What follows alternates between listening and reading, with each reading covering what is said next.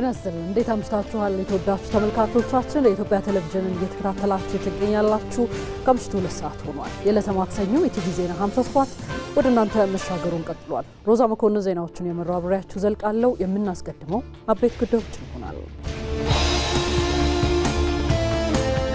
የምክክር ጉባኤው አለመግባባትን በምክክር የመፍታት ባህል ላይ መሰረት ይጥላል አሉ በጉባኤው የመከሩ ምሁራን።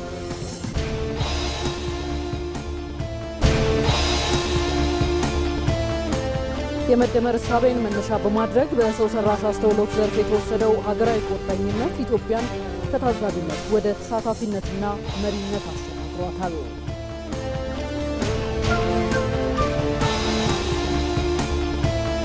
ኢትዮጵያ የባህር በር ጥያቄዋን ከብሔራዊ ደህንነትና ሕልውና ጋር በማያያዝ የዓለም አቀፉን ማህበረሰብ አመለካከት እየቀየረች ነው።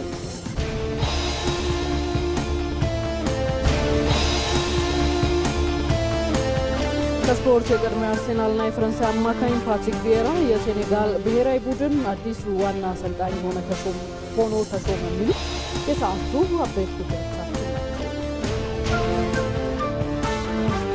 የተወደዳችሁ ኢቲቪ ዜና 57ን እየተከታተላችሁ ነው። አብራችሁን ዝለቁ።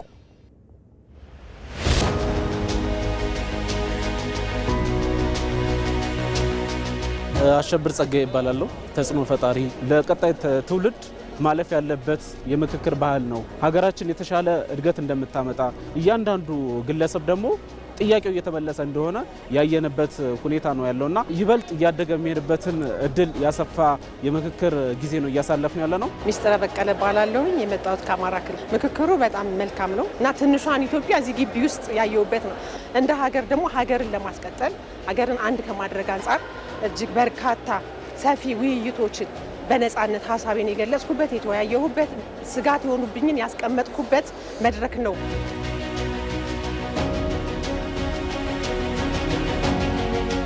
ስሜ ፓስተር ወርቁ ጸጋዬ ይባላለሁ። ከአዲስ አበባ የሃይማኖት ተቋማትን ወክዬ ነው የመጣሁት። የተሻለ እድገት፣ የተሻለ ሰላም፣ የተሻለ ኑሮ ያለባት ኢትዮጵያ እንድትሆን ይሄ የምክክር ጉባኤው ጥሩ ነገርን ያመነጫል ብዬ ተስፋ አደርጋለሁ። ሌሎችም ጋር ያለውን ችግር ያወቅኩበት የኔንም ችግር ደግሞ ለነሱ የገለጽኩበት ግን ችግሮቻችንን ደግሞ ራሳችን መፍታት የምንችልበት እጅግ በጣም መልካም መድረክ ነበር የሚል ሀሳብ ነው ያለኝ።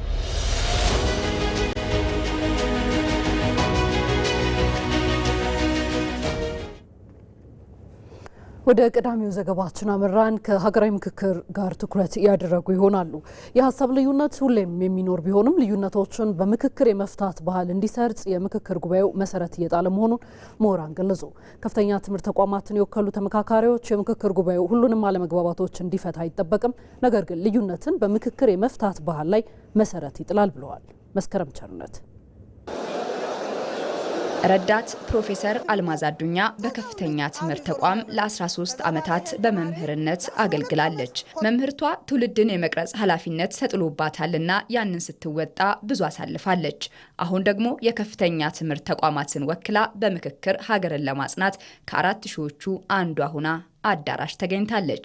በምክክር በቆየችባቸው ቀናት አንድ የተረዳችውና ለተማሪዎቿ ይዛ እንደምትመለስ እርግጠኛ የሆነችበት ነገር ውይይትን ባህልና ተቋማዊ ማድረግን ነው።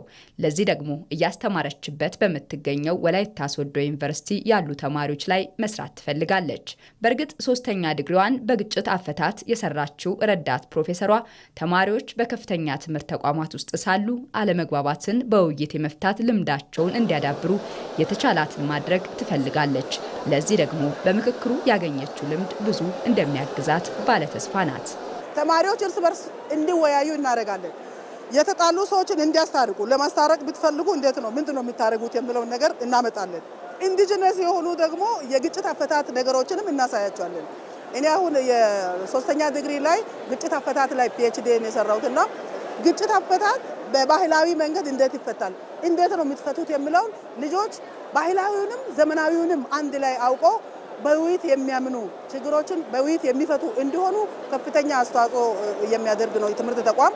መወያየትና መመካከር የሚያስፈልገው ልዩነትና አለመግባባት ስላለ ነው። እንደ ረዳት ፕሮፌሰር አልማዝ ከሆነ ይህ አለመግባባትና ልዩነት በአንድ ጀንበር የሚቀረፍና ነገ ተመልሶ የማይመጣ አይነት አይደለም።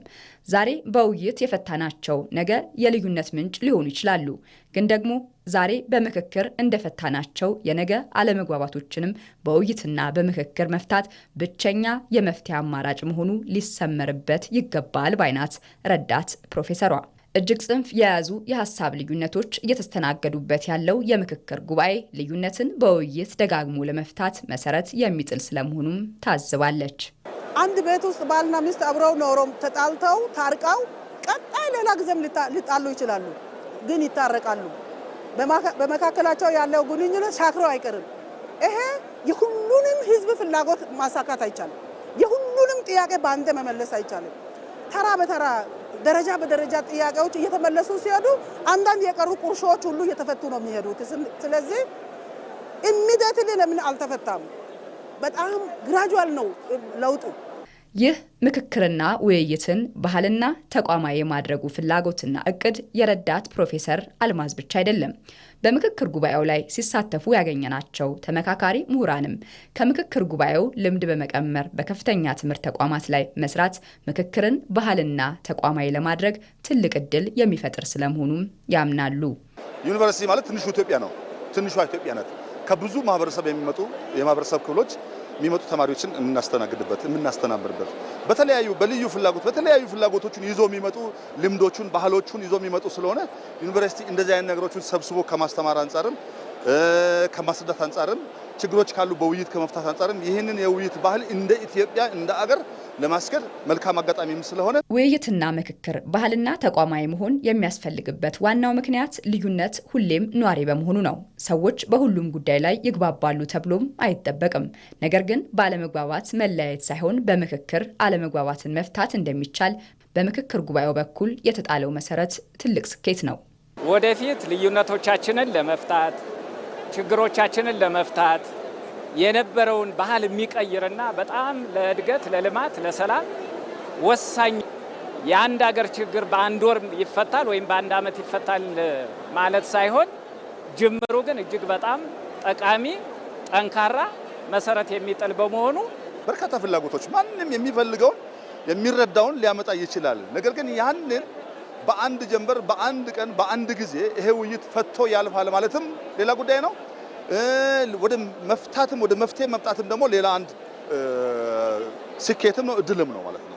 ስለዚህ የጋራ የሆነውን ሁሉም አማራውም፣ ኦሮሞም፣ ትግሬውም፣ ወላይታውም፣ ካምባታውም ሀዲያም የኔ ነው ወገኔ ነው የሚል ስሜት ያንን ሜንታሊቲ በመፍጠር አገር ግንባታን የጋራ ብናደርግ አስተሳሰቦቻችን የጋራ ስሜቶቻችንን የጋራ ስናደርግ አገር ትገነባለች፣ ትለማለች፣ ትቆማለች የሚል ሀሳብ ነው። የምክክር ጉባኤው ወሳኝ ምዕራፍን እየተሻገረ ነው። በሁሉም አጀንዳዎች ላይ ምክረ ሀሳቦች ቀርበዋል። በአብዛኞቹ አጀንዳዎች ደግሞ ከመግባባት መደረስ መቻሉ ትልቅ ስኬት ነው። ግን ደግሞ በሁሉም አጀንዳዎች ላይ ሁሉንም የሚያስማማ መግባባት ላይ ባይደረስ እንኳን እንደ ሀገር ዘመናትን የፈጁ ልዩነቶችን በምክክር ለመፍታት ጠረጴዛ መክበብ ትልቅ ድል ነው። ዛሬ ያልተፈቱ ልዩነቶች ነገ በውይይት መፍትሄ እንደሚያገኙም ታይቷል፣ ልምድም ተወስዷል። ኢትዮጵያውያን በአንድ ጠረጴዛ የተቀመጡበት ምክክር በአንድ ጀንበር አለመግባባቶችን የሚፈታ ሳይሆን ሂደትን የሚጠይቅ ነው። እንደ ሀገር የተነሱ መሰረታዊ አለመግባባቶች ላይ አሰራርና መፍትሄ እንዲያዋልድም ይጠበቃል። አስማረ ብርሃኑ ተጨማሪ አለው። አብዛኛው የኢትዮጵያውያን ታሪክ አለመግባባቶችን በውይይት መክሮና ዘክሮ ከመፍታት ይልቅ በኃይል የራስን እሳቤ ማስፈጸም ላይ የተመሰረተ ከሆነ የክፍለ ዘመን ዕድሜ ተሻግሯል። ይህም ዛሬ ለአንዱ በለስ ቢቀናው ለሌላኛው ቁርሾን፣ ጥላቻን ሰንቆ ለትውልድ የሚሻገር ዳፋ ጥሎ ካዙሪት አሮንቃው መውጣት ተስኖን የግጭት መንስኤዎችን ጥሎ እያለፈ ሀገርንም የከፉ መስዋዕትነት ሲያስከፍል ቆይቷል። የዚህን ኋላ ቀር እሳቤ ምዕራፍ ዘግቶ ሰላም የሰፈነባት ዜጎቿም የሚግባቡባትና የበለጸገች ኢትዮጵያን ለመፍጠር ያለመው የኢትዮጵያ ምክክር ሸንጎ ያለፉ ሰነዶችን ዘግቶ አዲስ ምዕራፍ ለመክፈት 5ኛ ሳምንቱን አግባቢ ምክረ ሀሳቦችን አፍልቆ በስኬት ለማጠናቀቅ ጫፍ ላይ ደርሷል። ይሁን እንጂ ምክክር የማያግባቡ ጉዳዮች ወደ መግባባት የሚመጡበት፣ የግጭት መንስኤ የሆኑ ቁርሾች በምክክር ምዕራፋቸው የሚዘጋበት፣ ለዘመናት የተከማቹ ችግሮች የሚፈቱበት በመሆኑ በአንድ ጀንበር የሚያልቅ ሳይሆን ሂደት ነው። የሚያድሩ ጉዳዮች ቢኖሩ እንኳን ዛሬ ላይ የፈጠርነው እርሾ ለነገ ቋጭቶ ለመደምደም የሚያቅት አይሆንም። ለዚህም ዛሬ ላይ ያላግባቡ ጉዳዮች በሂደት በሚደረጉ ውይይቶች መፍትሄ እየተሰጣቸው ችግሮቹ እየተፈቱ የሚሄዱበት ይሆናል። አጀንዳዎቻችን ወደፊት ማምጣታችን ለችግሮቻችን መፍትሄ ለመፈለግ ቅርብ መሆናችንን ነው የሚያሳየው እና ከዚህ የተነሳ የተሰበሰቡት ሁሉ ተነጋግረንባቸዋል። ነገ ሲነጋ በቃ ተቀይረው ጨዋታ ፈረሰ የምንለው ነገር አይደለም። ቀን ይፈልጋሉ፣ አሰራር ይፈልጋሉ፣ ጊዜ ይፈልጋሉ፣ ማሰብም ይፈልጋሉ። ብዙ ጊዜ የምናስበው በአንድ ጊዜ ሁሉም ችግሮች ይቀረፋሉ ብለን እናስብ እንችል ይሆናል። ግን አይደለም። ካልቸር ነው የምናዳብረው። ከዚህ ቀደም የነበረን ካልቸር አለ። ውይይት ካልቸር ተጠቅመንበት አለ ወይ? አልተጠቀምንበትም። ለዚህም ነው ብዙ ጊዜ የግጭት መነሻ ሊሆኑ የሚችሉት ነገሮች ተቀምጠ ስለማትወያይ ነው፣ ስለማትነጋገር ነው። በአሸናፊነት ብቻ ለመውጣት እንጂ ሰጥቶ መቀበልን ስለማናቅም ጭምር ነው። እዚህ ላይ ማሰብ ያለብን እኔ የሚለው ሀሳብ አንስተን የኛ ወደሚለው ከመጣን የማንግባባበት ጉዳይ የለም። ስለዚህ እንደዚህ ተይዞ ወደ እኔነት መጥቶ የኛ ከእኔነት ወጥቶ የኛ ነው፣ ይህ ጉዳይ የኔ ነው፣ የኛ የሀገር የራሳችን ብሎ ሰው አምኖ ከተቀበለ የማይፈታ ጉዳይ የለምና በሂደት የሚፈታ ጉዳይ ይሆናል ብዬ አስባለሁ። ከዚህ ቀደም ኢትዮጵያውያን በአንድ ተቀምጠው ስለ ችግሮቻቸው መክረው መፍትሄ መስጠትን ያልሞከሩት አዲስ ጅማሯቸው ነው።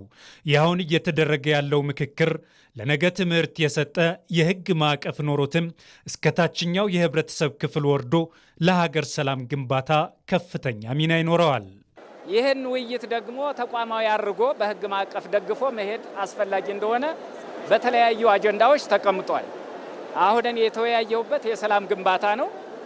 በሰላም ግንባታ ረገድ ተቋማዊ ለማድረግ አስፈላጊ ተቋማት፣ አደረጃጀቶች መፈጠር እንዳለባቸው እኛ አመላክተናል። ሀገራዊ ምክክር ኮሚሽን በኢትዮጵያ ላይ ለረጅም ዘመናት ቁርሾ የነበሩ ጉዳዮችን ልቅም ተደርጎ የሚፈታበት አንድ በአንድ እስከ ዛሬ የነበሩ ነገሮች ተነስተው ውይይት የተደረገበት ስለሆነ ስለዚህ ቀጣይ ምናልባት ይሄ ምክክር ባህል ሆኖ የሚቀጥልበት ሁኔታ ነው አሁን መታሰብ ያለበት።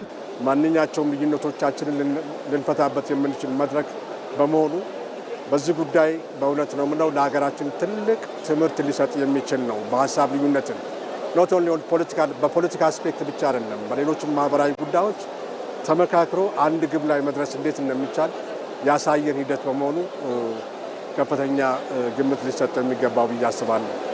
ሀገራዊ ምክክሩ በሁሉም አጀንዳዎች ላይ መክሮ ከስምምነት ላይ የተደረሰባቸው መፍትሄዎችን ሀገር እንዲያጸኑ በምክረ ሀሳብነት ለሚመለከተው አካል ያቀርባል።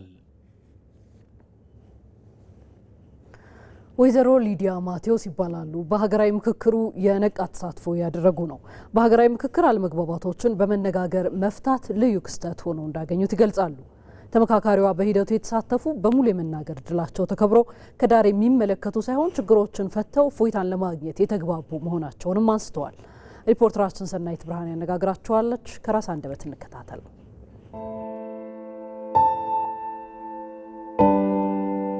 ስሜ ወይዘሮ ሊዲያ ማቴዎስ እባላለሁ። የመጣሁት ከማዕከላዊ ኢትዮጵያ ሆሳና ነው። የወከልኩት ደግሞ ተጽዕኖ ፈጣሪ ነው። በእርግጥም በኢትዮጵያ የመጀመሪያ ነው። በዚህ ታሪክ ደግሞ ወይም ደግሞ ክስተት ለየት ያለ ነገሮችን እያየን የመጣ ነው። እንደዚህ ቁጭ ብሎ ተወያይተን ስለማናቅ አዲስ ነገር ስለሆነ ፍርሃቶች ነበሩ። ግን እየገባን አብረን እየተወያየን ስንመጣ ብዙ ችግሮቻችንን ለካ እንደዚህ መፍታት እንችላለን፣ በመነጋገር መፍታት እንችላለን የሚለውን እየተረዳን የመጣንበት ሁኔታ ነው ያለው። በዚህ ምክክር ሂደት ላይ ያየ ነው ምንድነው በአንድም በሌላ የኛ የሚለውን የመሰብሰብ ሀገሪቱ የምትፈልገው የኔ የሚለውን አይደለም።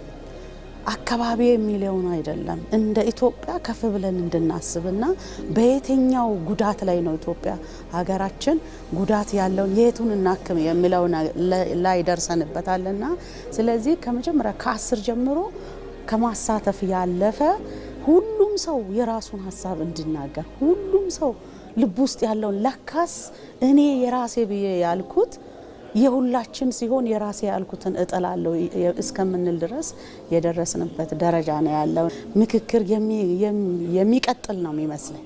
ከዚህ በኋላ በጭቅጭቅ በንትርክ ገና ዳርና ዳር ላይ በመሆን ባለመነጋገር በጠረጴዛ ዙሪያ ላይ ባለመነጋገር ከዚህ በፊት ያጣ ነው ይበቃናል። ጦርነት ይበቃናል። ሰላም ማጣት ይበቃናል። እንቅልፍ ተኝቶ አለማድረግ ይበቃናል። ከዚህ በኋላ ሰላማችንን የኢትዮጵያ ሕዝብ የኢትዮጵያ እናቶች የኢትዮጵያ ወጣቶች የሚፈልጉት በሰላም ሁሉን ያካተተ ስራና አገልግሎት ነው የሚፈልገው የኢትዮጵያ ሕዝብ። ይህን ደግሞ የምናገኝበት የመጀመሪያ ይሄ ልምዳችን ሊሆን ይችላል።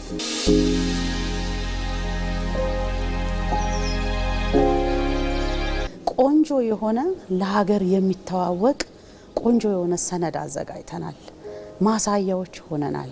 ስለዚህ ይሄንን ልምድ ለወደፊት መቀመር ነው ያለብን ብዬ ነው ማስበው። ከዚህ ስንወጣ ደግሞ እንዳጋጣሚ ሙሉ በሙሉ አልቋል ወይም ደግሞ ጨርሰናል ላንል እንችላለን። ይሄንን ምክክር በየክልላችን በየዞናችን በየከተማችን በየወረዳችን ላይ ማድረግ ያለ ልማድ ነው ማድረግ ያለብን። በትንንሽ ግሩፕ ሊሆን ይችላል፣ በ10 ሊሆን ይችላል፣ አሁን እንደለመድ ነው በ5 ሊሆን ይችላል።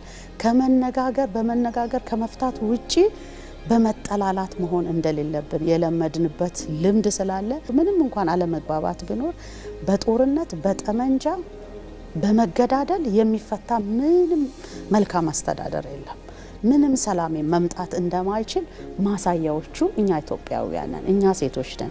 ስለዚህ እኔ ለኢትዮጵያውያን ይሄንን ነው ማስተላልፈው። ይቀጥል፣ ይሄ አንድነታችን፣ ንግግራችን፣ ውይይታችን ይቀጥል ነው ማለት።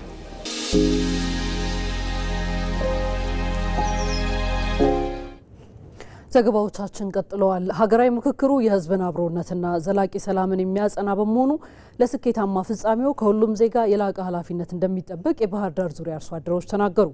አርሶ አደሮቹ ጉባኤው እንደ ሀገር የገጠሙ ዘርፈ ብዙ ስብራቶችን በመጠገን የሕዝብን ሰላምና አብሮነት የሚያጸኑ ሀሳቦች እንደሚፈልቁበትም እንጠብቃለን ብለዋል። ራሄል ፍሬው ተጨማሪ ሀሳቦችን አሰባስባለች። ኢትዮጵያውያን እየመከሩ ነው። ጥል ልዩነትና ችግሮችን በአካባቢው አባቶችና እናቶች ጥበብ በሽምግልና የመፍታት እሴት ባለቤት እንደመሆናቸው ከራስ ለራስ በሚፈልቁ መፍትሄዎች በመስማማት አገርን ለማጽናት በጠረጴዛ ዙሪያ ተቀምጠዋል። ይህ ምክክር እንደ ነባሩ ብሂል በላቀና ሁሉንም በሚያሻግር አሸናፊ ሀሳብ እንደሚቋጭ እየጠበቁ ስለመሆናቸው ሀሳባቸውን ለኢቲቪ የሰጡ የባህር ዳር ዙሪያ አርሶ አደሮች ይገልጻሉ። በሀገር ቤት በደንበር ሲጠላላ ሽማግሌ ነው የምንጠራ። ሽማግሌ ተጠርተን አንተ በዚህ አንተ እዚህ ተባብለን አስተሳስበን አመካክረን ይቅርታ አዋርደን ብዙ ከሮ የነበረውን ነገር በፍርድ ቤት ገጥሞ የነበረውን ሁሉ እያረገብነ ስነድ የነበርነ እኛ ነን እና ያለ ስምምነትና ያለ ምክክር የሚሆን ነገር አይኖርም። ምክክርነት ስምምነትን ቢያመጣ ምክክርነትና ምክር ነው እንጂ ጠብና እንጃልህ አይሰድም። ኢትዮጵያ እየመከረች ነው። ምክሩ በጣም እንቀበላለን። ጥሩ ነው፣ ያስፈልጋል። ምክንያቱም ሀገራችን አሁን ሰላም አጣ ተቀምጣለች።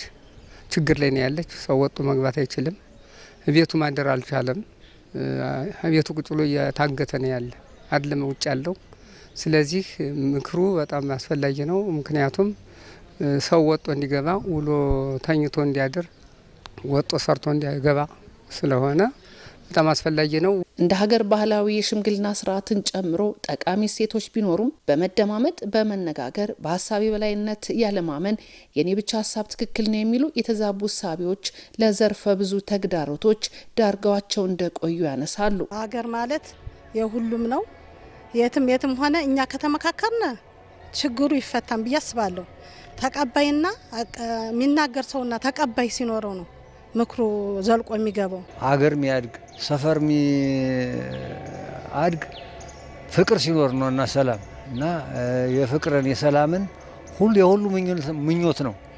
በምንም ታምር ያረባ የኩታራ ነገር ካልሆነ በስተቀር ልጅ የሚያሳድግ ሰርቶ የሚበላ ሰው ሰላምና ደህንነትን ብቻ ይፈልጋል። ታዲያ ምክክሩ ለረጅም ዘመናት ሲንከባለሉ የነበሩ የሀሳብ ልዩነቶችን በፍጹም ኢትዮጵያዊነት ስሜት በመደማመጥና በመነጋገር እልባት የምናበጅበት መንገድ ስለመሆኑ ያነሳሉ። ጠቅላላ ራሷን ስላ ኢትዮጵያ እንድትሆን ክልሎች በክልላቸው ወረዳ በወረዳው ዞን በዞኑ ሁሉም ጸንቶ እንዲኖር ምክክሩ በጣም አስፈላጊ ነው። እንደው የሚመክሩት በድምጽ ሆነው አንድ ሆነው ሳይፈራቀቁ በአንድ ሀሳብ በአንድ ልብ ሆነው እንደው ለኢትዮጵያ የሚል ነገር ቢያስቀምጡልን እንፈልጋለን። አሁን ጤፍ ደፍቶ ለቅመት ይጨርሳል መፈካከር እኮ ነው። ጤፍ በለጠ የሚጻፍጥ የለም። ግን ከተደፋ ምኑ ለቅመት ይጨርሳል። ቀስ አርገ ቋጥረህ እንደምትዘሉ ምክክር ማለት ተቋጥሮ የተያዘ ምክክርን ከተመካከረን ግን ሰላም ይመጣል። ልዩነቶች በጠረጴዛ ዙሪያ በውይይት ሊፈቱ ይገባል። ለዚህ ደግሞ እየተካሄደ ያለውን ጉባኤ በአግባቡ መጠቀም እንደሚገባ፣ ይህም የሁሉም ዜጋ ኃላፊነት ስለመሆኑ ነው አርሶ አደሮች ከኢቲቪ ጋር ባደረጉት ቆይታ ያስገነዘቡት።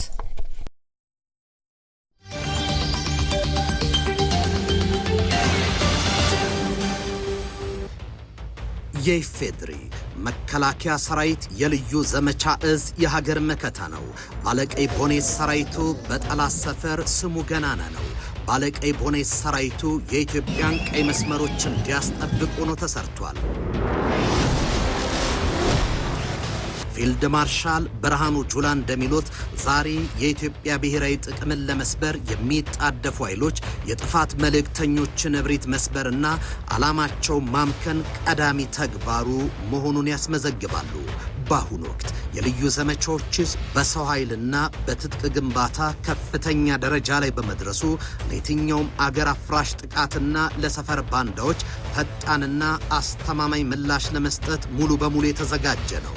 ኢትዮ መልህቅ ዛሬ ምሽት ከ3 ሰዓት ጀምሮ በኢትዮጵያ ቴሌቪዥንና በኢቢሲ.ስትሪም ላይ ይህን ጉዳይ ተመልክቶታል። ኢትዮ መልህቅ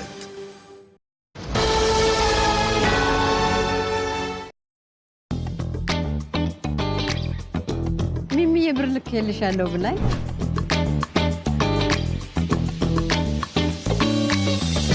ለመነዘር ወደ ባንክ እየሄድኩ ነው።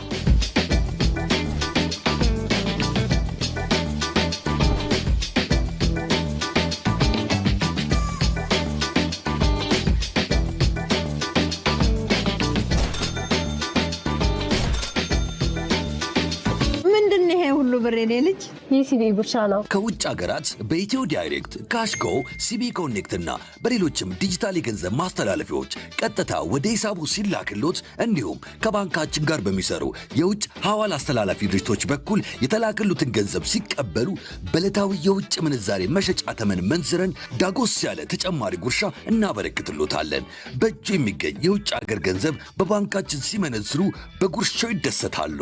በባንካችን ያስልኩ፣ በባንካችን ይመንዝሩ፣ የበለጠ ያገኙ።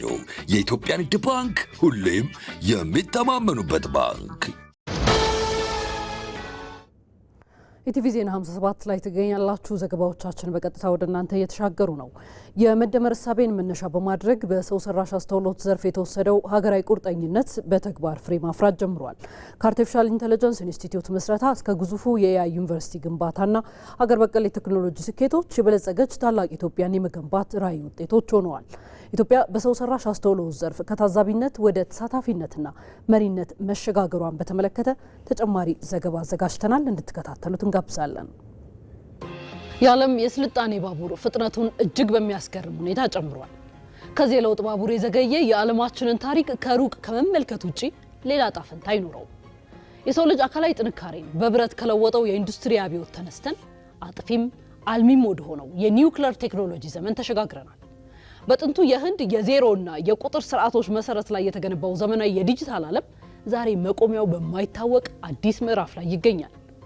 ታዲያ ይህ የዓለም የስልጣኔ ባቡር ያመለጠው ሀገር ዕጣ ፈንታ ምን እንደሚሆን አስበው ያውቃሉ? በ21ኛው ክፍለ ዘመን የዓለምን የኢኮኖሚ የጤናና የፖለቲካ ትርታ ሙሉ በሙሉ እየቀየረ ባለው የሰው ሰራሽ አስተውሎት አብዮት ውስጥ የሀገራችን ኢትዮጵያ መዳረሻ ሴት ይሆን? ከኛ ጋር ቆዩና ምላሹን አገኙ።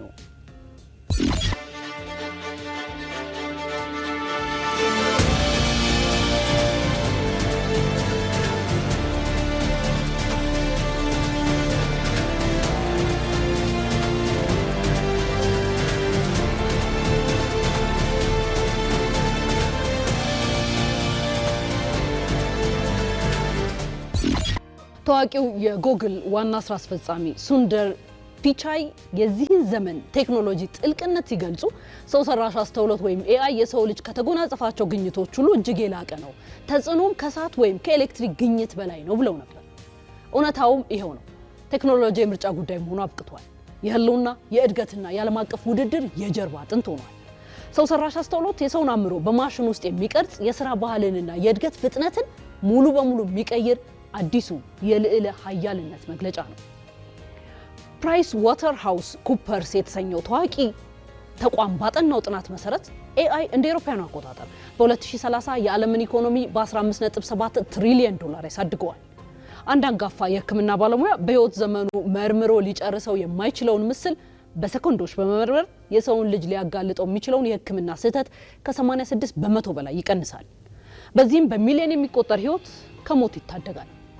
እና በዚህ የፍጥነትና የምጥቀት ዘመን ኢትዮጵያ የት ትሆን? እውነታውን እንነጋገር ከተባለ ትናንት እጅግ ወደ ኋላ ቀርተን ነበር።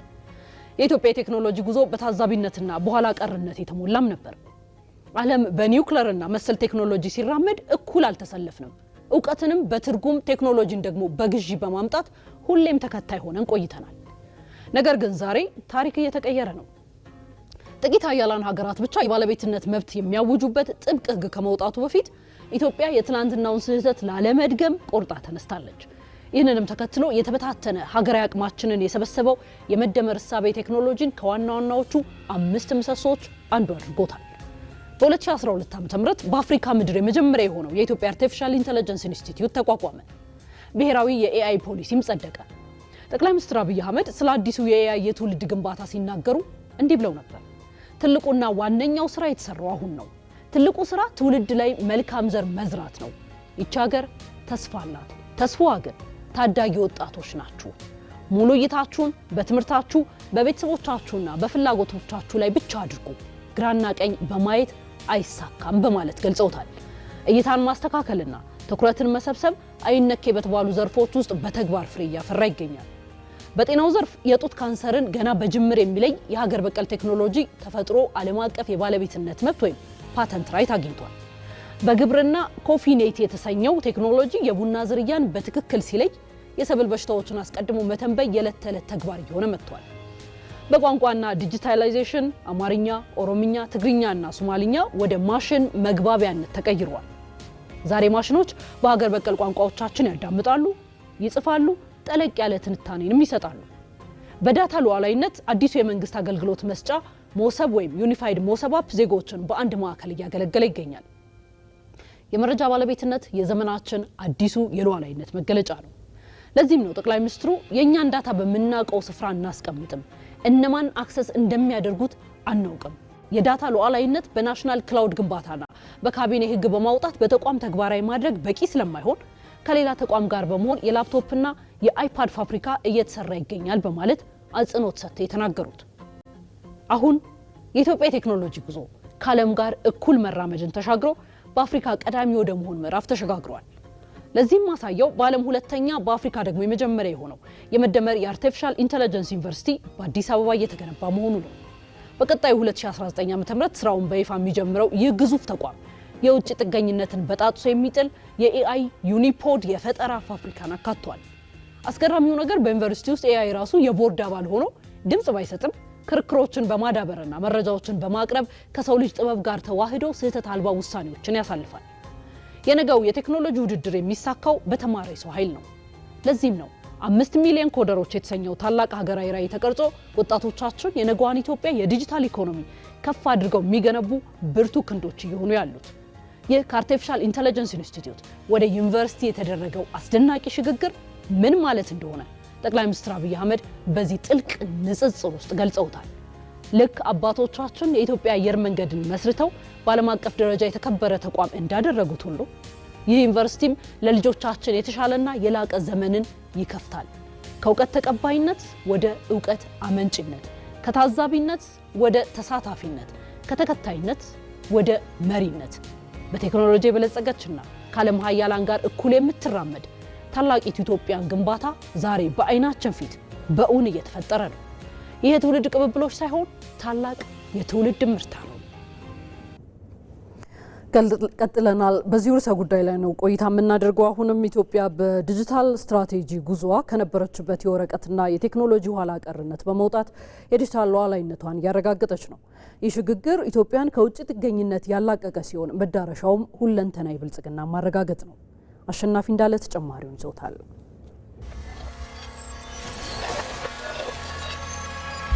ከቴክኖሎጂ በእጅጉ ርቃ የነበረች የተበታተነ ወጥነት የጎደለውና በወረቀት ላይ የተመሰረተ አሰራርን ስትከተል የኖረች ሀገር አሁን እንዴት ከዘመኑ እኩል የተራመደ ቴክኖሎጂ ባለቤት እንዴት ለአፍሪካውያን ጭምር አብነት መሆን ቻለች? በ21ኛው ክፍለ ዘመን ሉዓላዊነትና ሀገራዊ ክብር ከድንበር ጥበቃ ተሻግሯል። በዲጂታል ዘመን የአንዲት ሀገር የዲጂታል ሉዓላዊነት ሲባል አንድ ሀገር የራሷን የእድገት አመላካቾች የመግለጽ የራሷን ስታቲስቲክስ የማረጋገጥ እንዲሁም የራሷን የመረጃ ፍሰት የማስተዳደርና የወደፊት ተስፋ የምትመሰረትበትን መረጃ የማመንጨት አቅም ላይ የተወሰነ ነው። በታሪካዊ አውዱ ሲታይ የኢትዮጵያ ሉዓላዊነት መገለጫ የነበረው የሀገርን ድንበር ከወራሪ ኃይሎች መከላከልና የነጻነት ምልክት ሆኖ መቆየት ነው። እንደ አድዋ ድል ያሉ አበይት ኩነቶች የቀደመ ሉዓላዊነታችን ምስክሮች ናቸው። ሆኖም ግን በዘመናዊው ዓለም ኢኮኖሚያዊ ድህነት፣ የምግብ ጥገኝነትና የቴክኖሎጂ ኋላ ቀርነት የሀገሪቱን የፖሊሲ ነጻነትና የዲፕሎማሲ ተደራዳሪነት አቅሟን ሲፈትኑት ቆይተዋል። ኢትዮጵያ ባለፉት ጥቂት ዓመታት የጀመረችው የዲጂታል ሽግግር ይህንን ጠንቅቆ በመረዳት ላይ መሰረት ያደረገ ነው። ኢትዮጵያን ወደፊት የማሻገር እሳቤ ላይ ተመስርቶ የተጠነሰሰው ዲጂታል ኢትዮጵያ 2025 ስትራቴጂ ከቆየችበት የውጭ ጥገኝነት አዙሪት በማውጣት በራሷ ሀገር እንድትቆም መንገድ ከፍቷል። ይህ የዲጂታል አብዮት የሀገሪቱን ወሳኝ የመሰረተ ልማት አውታሮች፣ ብሔራዊ መረጃዎችንና ዲፕሎማሲያዊ ጥቅሞችን ከሳይበር ጥቃቶችና ከዲጂታል ጣልቃ ገብነቶች ለመከላከል የተነደፈ ወሳኝ ስትራቴጂ ነው። በአሁኑ ወቅት የሀገር መከላከያ ሰራዊት፣ የፌዴራል ፖሊስ፣ የብሔራዊ መረጃና ደህንነት አገልግሎትና የኢንፎርሜሽን መረብ ደህንነት አስተዳደር አሰራሮቻቸውን ወደ መረጃ መርና በቴክኖሎጂ ወደ ታገዘ ዘመናዊ መዋቅር ቀይረዋል። ከዚህ ባለፈ የዚሁ የታሪክ መታጠፊያና ትልቅ የሽግግር ማሳያ የሆነው የቴሌኮም ዘርፍ ሊበራላይዜሽንና የፋይናንስ አካታችነት ጥረት ኢትዮጵያን አዲስ ምዕራፍ ውስጥ ከቷታል። የኢትዮ ቴሌኮም መዘመንና የሳፋሪኮም ኢትዮጵያ ወደ ገበያ መግባት የቴክኖሎጂ ተደራሽነትን አፋጥኗል። እዚህ ላይ የኢትዮ ቴሌኮም ደንበኞች ቁጥርን 90.1 ሚሊዮን ማድረስ መቻሉ ትልቅ ስኬት ሆኖ ይነሳል። ከዚህ ጎን ለጎን የተጀመረው የቴሌብር የዲጂታል ክፍያ ስርዓት ደንበኞቹን 60.6 ሚሊዮን ማድረስ የቻለ ሲሆን በትሪሊዮን የሚቆጠር ብር በማንቀሳቀስ የጥሬ ገንዘብ ንክኪ በመቀነስ ረገድ አህጉራዊ አብነት የሚሆን ውጤት አስመዝግቧል። ከዲጂታል ፋይናንስ ባሻገር የመንግስት አሰራርን ግልጽና ቀልጣፋ ለማድረግ በተከናወኑ ተግባራት የዜጎችን ማንነት በዘመናዊ መንገድ የሚያረጋግጠው የብሔራዊ ዲጂታል መታወቂያ ወይም የፋይዳ ስርዓት በሚሊዮኖች የሚቆጠሩ ዜጎችን መመዝገብ ችሏል። ይህ አሰራር ከባንኮችና ከመንግስት ተቋማት ጋር በመቀናጀት የደህንነት ስጋቶችን፣ የኮንትሮባንድና ህገወጥ እንቅስቃሴዎችን በማስወገድ የሀገርን ደህንነት እያስጠበቀ ይገኛል። በተጨማሪም ከ100 በላይ የመንግስት አገልግሎቶች በኦንላይን የኢ አገልግሎት ወይም የኢ-ሰርቪስ ስርዓት እንዲሸፈኑ መደረጉ የቢሮክራሲ ማነቆዎችንና የሙስና ድሎችን በመቀነስ የፖሊሲ ማስፈጸም አቅምን አሳድጓል። የዓለም አቀፍ የቴክኖሎጂ ውድድር ለማዘጋጀት የተጀመረው አርቲፊሻል ኢንተለጀንስ ኢንስቲትዩት እና የ5 ሚሊዮን ኢትዮጵያውያን ኮደሮች ኢኒሼቲቭ ወጣቶችን በኮዲንግ በመረጃ ትንተናና በኤአይ ክህሎት በማስታጠቅ የቴክኖሎጂ ጥገኝነትን በዘላቂነት ለማስቀረት መሰረት ጥሏል። ይህም ዲጂታል ቴክኖሎጂን ከሌሎች ዘርፎች ጋር በማቀናጀት ለምሳሌ በሳተላይት ዳታና በአየር ሁኔታ መረጃዎች የታገዘውን የስንዴ ልማት በማስፋፋት ኢትዮጵያን ከስንዴ አስመጪነት ወደ ኤክስፖርተርነት ማሸጋገር ተችሏል። በቅርብ ታሪኳ የድህነትና የኋላ ቀርነት ምሳሌ ሆና ትጠቀስ የነበረችው ኢትዮጵያ ዛሬ በራሷ የዳታ ማዕከላት በሳይበር ደህንነት አቅሟና በዲጂታል መሰረተ ልማቷ የተቃና ጉዞ በማድረግ ለአፍሪካውያን እውነተኛ የኢኮኖሚና የመረጃ ሉዓላዊነት ሞዴል መሆን ችላለች። ደህንነቱ በተጠበቀና ነፃ በሆነ መንገድ መረጃና ቴክኖሎጂ መጠቀም በዲጂታል ስርዓት ከተሳሰረው ዓለም መነጠል ሳይሆን የራስን ምርጫና ውሳኔ ያለማንም ተጽዕኖ የመፈጸም አቅም ነው። በመደመር እሳቤ የተነደፉት የልማት ፖሊሲዎችና ዲጂታል ኢትዮጵያ 2025 ስትራቴጂ ሀገራችንን ከነበረችበት የልመናና የውጭ ጥገኝነት አዙሪት ወጥታ በራሷ አቅም እንድትቆም አድርገዋል። በቅርቡ ወደ ስራ የገባው ዲጂታል ኢትዮጵያ 2030 ደግሞ አርቲፊሻል ኢንተለጀንስ፣ የዲጂታል መሰረተ ልማት ግንባታ፣ ስማርት ከተሞችን፣ ድንበር ተሻጋሪ ኢኮሜርስ፣ ዲጂታል ሉዓላዊነትን የመሳሰሉ ጽንሰ ሐሳቦችን በማካተት የተዘጋጀ ነው። ስትራቴጂው ቴክኖሎጂን በመጠቀም የኢትዮጵያን ሁለንተናዊ ብልጽግናን የማረጋገጥ ግብ ሰንቋል። ዘገባዎቻችን ቀጥለዋል። ለዓመታት በፖለቲካ አጥር ተከልሎ የነበረው የኢትዮጵያ የባህር በር አጀንዳ ዛሬ በዓለም አቀፍ መድረኮች ኢትዮጵያ ከቀጠናዊ ስር እንዴት ትውጣ ወደሚል መሰረታዊ ጥያቄ ተሸጋግሯል። ኢትዮጵያ ባለፉት 3 ዓመታት ባካሄደቻቸው የዲፕሎማሲ ስራዎች የባህር በር ጥያቄዋን ከብሔራዊ ደህንነትና ሕልውና ጋር በማያያዝ የዓለም አቀፉን ማህበረሰብ አመለካከት እየቀየረች ነው። አዝመራው ሙሴ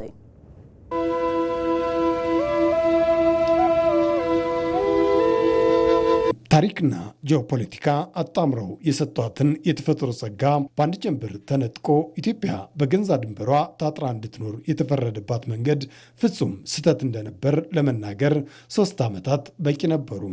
ቀይ ባህርን ኢትዮጵያ ለማጣት 30 ዓመት ከዚያ በላይ የወሰደ ትግል ነበር። ታውቃላችሁ። በ30 ዓመት ትግል ውስጥ በብዙዎች ርብርብ ነው ኢትዮጵያ ያጣችው። ሌላ 30 ዓመት ያስፈልጋታል ብዬ ግን አላስብም። ለዓመታት በፖለቲካ አጥር ተከልሎ የማይነሳ ተደርጎ የነበረው አጀንዳ ዛሬ በምሁራን በወጣቶችና በመላው የህብረተሰብ ክፍል ዘንድ ዋነኛ የብሔራዊ ቁጭትና የልማት ውይይት መነሻ መሆን ችሏል። ይህ የህዝብ ግንዛቤ ደግሞ ለኢትዮጵያ ዲፕሎማሲያዊ ጉዞ ትልቅ የውስጥ ጥንካሬና ወጥ አቋም ፈጥሯል። ባለፉት 30 ዓመታት ይሄ ጉዳይ ከህብረተሰቡ ከህዝቡ ብቻም ሳይሆን ከዲስኮርሱም ራሱ ከትምህርት ከጥናትም የተገለለ የተረሳ ጉዳይ ነው። ስለዚህ ኢትዮጵያ ካደገች ትኖራለች የሚል እንዴት ነው የሚለውን ጥያቄ ሳንጠይቅ የተገለለ ጉዳይ የተረሳ ጉዳይ ስለሆነ ህዝቡ ለህዝቡ ራሱ እንደ ህዝብ እኛም ራሱ እንደ ተመራማሪ ይሄ ጉዳይ በጣም አስፈላጊ ነው የሚለውን ማየት ነበረብን። ያ ጥሩ ስራ ተሰርቷል ብዬ አስባለሁ። ምን ያክል አስፈላጊ እንደሆነ ኢትዮጵያ እንዴት ሆና እንሰርክል ተደርጋ ተጋላጭ ሆና እንደቆየችና በዚህ ልክ ቆይታ ጠንካራ ሀገር መሆን እንደማትችል ኢትዮጵያን በተቀላየ በአገር ደረጃ ኮንሰንሰስ መድረስ ተችሏል ብዬ አስባለሁ። ዛሬ ኢትዮጵያ ጉዳዩን ወደ ዓለም አቀፍ መድረክ ስታመጣው ጥያቄው የቁጭት ብቻ ሳይሆን የህልውና የብሔራዊ ደህንነትና የዘላቂ ልማት ጉዳይ መሆኑን ለመላው ዓለም በግልጽ ለማሳየት ነው። ይህ የኢትዮጵያ የባህር በር ፍላጎት በዓለም አቀፍ ዲፕሎማቶች ዘንድ ትክክለኛና ፍትሐዊ ጥያቄ መሆኑ ታምኖበታል። ይህም የዓለም አቀፉን ማህበረሰብ አመለካከት የቀየረና በትክክልም የኢትዮጵያ ጥያቄ ፍትሐዊ ጥያቄ መሆኑን ያስገነዘበ ጭምር ነው። ዛሬ የትኛውም የዓለም ዲፕሎማት ብትጠይቅ አንደኛው አጀንዳ ሆኗል። የትኛውም የዓለም ዲፕሎማት የኢትዮጵያ የባህር በር ጥያቄ እንዳለ አውቀዋል።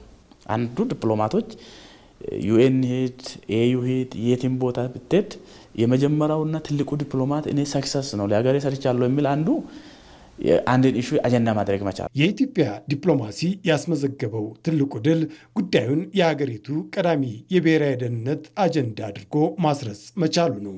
ዛሬ በዓለም አቀፍ መድረኮች ላይ የሚነሳው ጥያቄ ኢትዮጵያ የባህር በር ያስፈልጋታል ወይ የሚለው አይደለም። ይልቁንም ኢትዮጵያ ከዚህ ቀጠናዊ ስር እንዴት መውጣት አለባት የሚለው መሰረታዊ ጥያቄ ነው። አጀንዳ መሆኑ ብቻ ሳይሆን ብዙዎቹ ደግሞ አቋም እንዲይዙ አድርገናል። ለምሳሌ አሁን አጀንዳ ከሆነ በኋላ ብዙ ሀገራትን ዲፕሎማቶችን መሪዎችን ብትጠይቅ ለኢትዮጵያ የባህር በር አያስፈልግም የቅንጦት ነው የሚል ደግሞ አታገኙም። ያስፈልጋታል። እንዴት ነው የምታገኙ? ሰላማዊ በሆነ መንገድ ወደ ጦርነት እንዳትገቡ ምክር ነው እንጂ የሚሰጡ አስፈላጊነት አድርገዋል። ብዙ የዓለም ዲፕሎማቶች ለኢትዮጵያ አስፈላጊ ነው የሚል አቋም እንዲይዙ ማድረግ መቻሉ ይሄ ትልቅ ሂደት ነው። እውነታው ግልጽ ነው። ከ130 ሚሊዮን በላይ ህዝብ ያላት በፈጣን የኢኮኖሚ እድገት ውስጥ የምትገኝ ሀገር በየዓመቱ በቢሊየን የሚቆጠሩ ዶላሮችን ለወደብ ኪራይ እየገበረች ዘላቂ እድገትን ልታመጣ አትችልም። ባለፉት 3 ዓመታት የተሰሩት የዲፕሎማሲ ስራዎች አንድ ግልጽ እውነት አስቀምጠዋል። ኢትዮጵያ በታሪክና በጂኦፖለቲካ የተጫነባትን ዕቀባ ሰብራ ለመውጣት የጀመረችው ጉዞ ወደኋላ የሚመለስ አለመሆኑን፣ ጥያቄው የካሳ ወይንም የልመና ሳይሆን የፍትህ፣ የደህንነትና የታሪካዊ እውነት ጥያቄ ነው። ይህ ባለፉት ዓመታት ኢትዮጵያውያንም ያመኑበት ሀቅ ነው። እኛን ከቦ ያለ ጎረቤቶቻችን በተለያየ ፍራግመንቴሽን ውስጥ ያሉት ሀገራት በእነዚህ ተከብን አክሰስ ሳይኖረን እንደ ሀገር ጠንካራ ሆኖ መውጣት ቀርቶ ቫያቢሊቲ ራሱ የሉዓላዊነታችን ራሱ መቆየታችን ራሱ ጥያቄ ውስጥ ይሄንን ጉዳይ እንደ መኖርና አለመኖር ኤግዚስቴንሻል ኔሴሲቲ የሚባለው እሱ ነው። የመኖርና አለመኖር ጉዳይ ነው። የቅንጦት ጉዳይ ጊዜ የሚሰጥ ጉዳይ አይደለም። በቀይ ባህርና በአፍሪካ ቀንድ አካባቢ የሚታየው የጂኦፖለቲካዊ ሽኩቻ ለኢትዮጵያ ተጨማሪ ስጋት እንጂ መፍትሄ ሊሆን አልቻለም። ይህ ቀጠናዊ ዕቀባና የተዘጋ በር የኢትዮጵያን እድገት ብቻ ሳይሆን የጠቅላላውን ቀጠና ሰላምና መረጋጋት የሚፈታተን መሆኑን ዲፕሎማቶች መገንዘብ ጀምረዋል። የውጭ ሀገር ዜጋዎች በኢትዮጵያ የመኖሪያ ቤት ባለቤት የሚሆኑበት አሰራር ወደ ተግባር መግባቱን የከተማና መሰረተ ልማት ሚኒስቴር አስታወቀ። ሚኒስቴር መስሪያ ቤቱ ከመከላከያ ሚኒስቴር፣ ከውጭ ጉዳይ ሚኒስቴር፣ ከብሔራዊ ባንክ፣ ከፌዴራል ፖሊስ ኮሚሽን፣ ከኢትዮጵያ ኢንቨስትመንት ኮሚሽንና ከኢሚግሬሽንና ዜግነት አገልግሎት ጋር በአተገባበሩ ዙሪያ ውይይት አድርጓል። በመመሪያው መሰረት ማንኛውም የውጭ ሀገር ዜጋ የመኖሪያ ቤት ባለቤት ለመሆን ሊያሟላ የሚገባውና ለአንድ መኖሪያ ቤት የሚያስፈልግ ዝቅተኛ የገንዘብ መጠንም ተዘርዝሯል።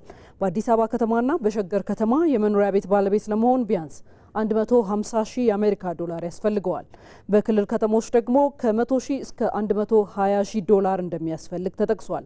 ከዚህ በተጨማሪም በኢትዮጵያ ሊኖረው የሚችለው የቤት መጠን አንድ ብቻ ይሆናል።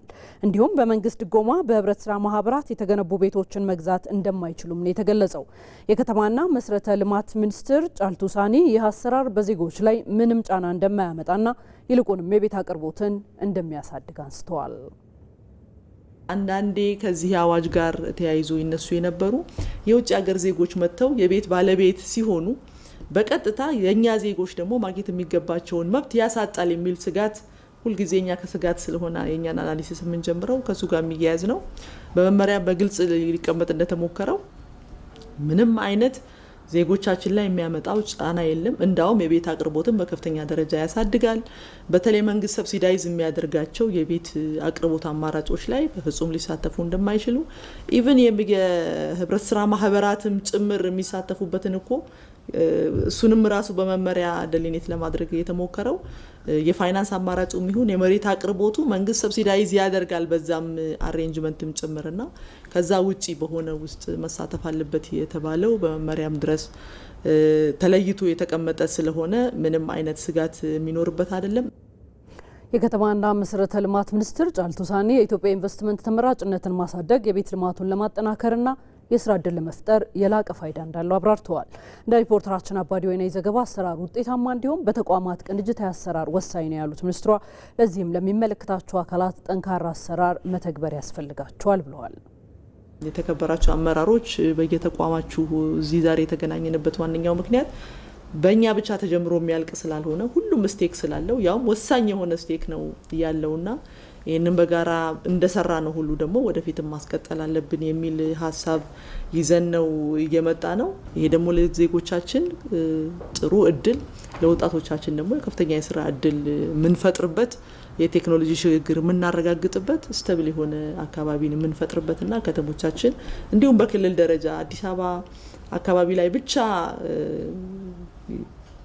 ያድግ የነበረ እዚህ አካባቢ ሰበሰብ የነበረ ካፒታልን ወደ ክልል ከተሞች እንዲደርሱ ከማድረግ አኳያ ክልሎችን በተመሳሳይ መንገድ ማደግ እንዲችሉ ከተሞችም ቅድም ባልኩት መንገድ በተመጣጣኝ ደረጃ ማደግ እንዲችሉ ታሳቢ ያደረገ ስለሆነ ገና ስላልተጀመረ መመሪያው ደግሞ የማሻሻልም በእጃችን ላይ ያለ ስለሆነ ኤክሰርሳይዝ እናደርጋለን።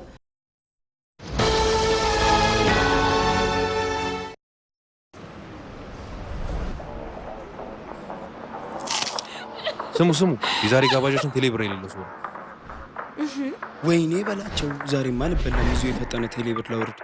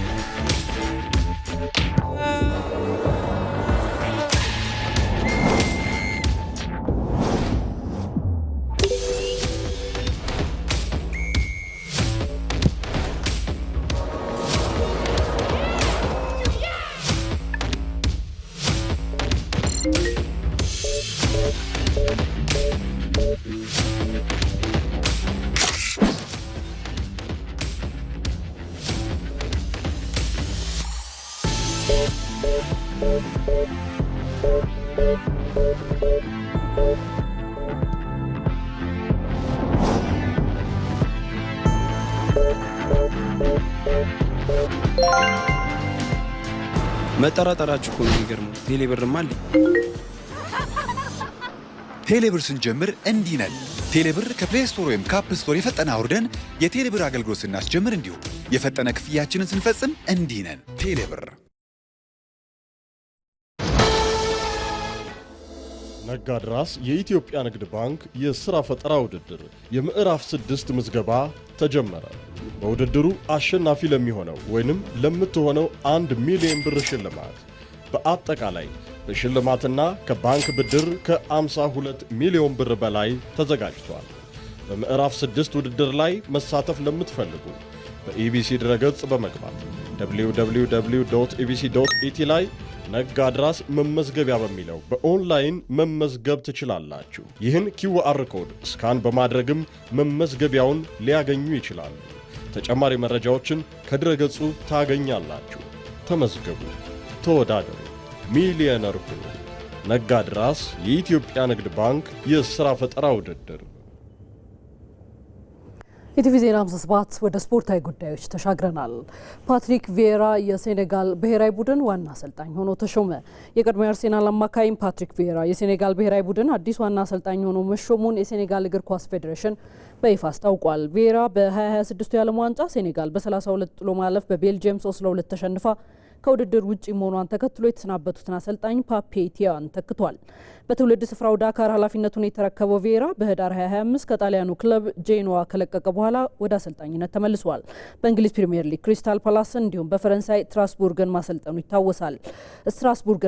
ይታወሳል። በተጫዋችነት ዘመኑ ለአርሰናልና ማንቸስተር ሲቲ ከ300 በላይ የፕሪሚየር ሊግ ጨዋታዎችን አድርጎ 3 የፕሪሚየር ሊግ ዋንጫዎችን አንስቷል። ከፈረንሳይ ጋር ደግሞ የ1998ቱን የዓለም ዋንጫ ማሸነፉ አይዘነጋም። አሰልጣኙ አሁን የቴራንጋና ነብስት ስብስብ እንደገና የማዋቀርና ለቀጣይ ውድድሮች የማዘጋጀት ትልቅ ፈተና ይጠብቀዋል። ሴኔጋል በ2027 የአፍሪካ ዋንጫ ማጣሪያ የመጀመሪያ ጨዋታዋን ከኢትዮጵያ ጋር በባህር ዳር ስቴዲየም መስከረም ወር ላይ ታከናውናለች። የተወዳችሁ ኢቲቪ ዜና 57ን የተከታተላችሁ ቆይታ አድርጋችኋል። ከኛ ጋር ስለነበራችሁ እጅግ አድርገን እናመሰግናለን። ሮዛ መኮንን ዜናውን እየመራው አብሬያችሁ ቆይቻለሁ። ያላችሁበት መልካም ምሽት ይሁንላችሁ።